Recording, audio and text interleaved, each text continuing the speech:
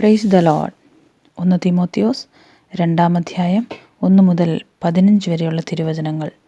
എന്നാൽ സകല മനുഷ്യർക്കും നാം സർവഭക്തിയോടും ഘനത്തോടും കൂടെ സാവധാനതയും സ്വസ്ഥതയുമുള്ള ജീവനം കഴിക്കേണ്ടതിന്, വിശേഷാൽ രാജാക്കന്മാർക്കും സകല അധികാരസ്ഥർക്കും വേണ്ടി യാചനയും പ്രാർത്ഥനയും പക്ഷവാദവും സ്തോത്രവും ചെയ്യണമെന്ന് ഞാൻ സകലത്തിനു മുമ്പേ പ്രബോധിപ്പിക്കുന്നു. അത് നമ്മുടെ രക്ഷിതാവായ ദൈവത്തിൻ്റെ സന്നിധിയിൽ നല്ലതും പ്രസാദകരവുമാകുന്നു.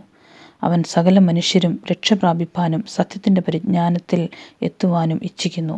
ദൈവം ഒരുവനല്ലോ, ദൈവത്തിനും മനുഷ്യർക്കും മധ്യസ്ഥനും ഒരുവൻ, എല്ലാവർക്കും വേണ്ടി മറുവിലയായി തന്നെത്താൻ കൊടുത്ത മനുഷ്യനായ ക്രിസ്തു യേശു തന്നെ. തക്ക സമയത്ത് അറിയിക്കേണ്ടിയ ഈ സാക്ഷ്യത്തിനായി ഞാൻ പ്രസംഗിയും അപ്പോസ്തലനുമായി ഭോഷ്കല്ല, പരമാർത്ഥം തന്നെ പറയുന്നു. ജാതികളെ വിശ്വാസവും സത്യവും ഉപദേശിപ്പാൻ നിയമിക്കപ്പെട്ടിരിക്കുന്നു.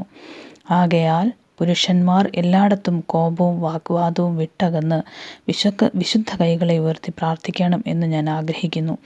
ഔവണ്ണം സ്ത്രീകളും യോഗ്യമായ വസ്ത്രം ധരിച്ച് ലജ്ജാശീലത്തോടും സുബോധത്തോടും കൂടെ തങ്ങളെ അലങ്കരിക്കണം.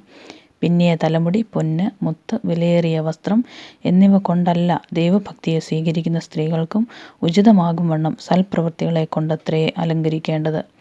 സ്ത്രീ മൗനമായിരുന്ന് പൂർണ്ണ അനുസരണത്തോടുകൂടെ പഠിക്കട്ടെ. മൗനമായിരിക്കാനല്ലാതെ ഉപദേശിപ്പാനോ പുരുഷൻ്റെ മേൽ അധികാരം നടത്തുവാനോ ഞാൻ സ്ത്രീയെ അനുവദിക്കുന്നില്ല.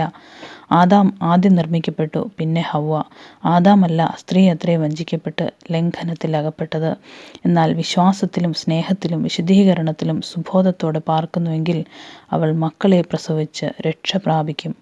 ആമേൻ.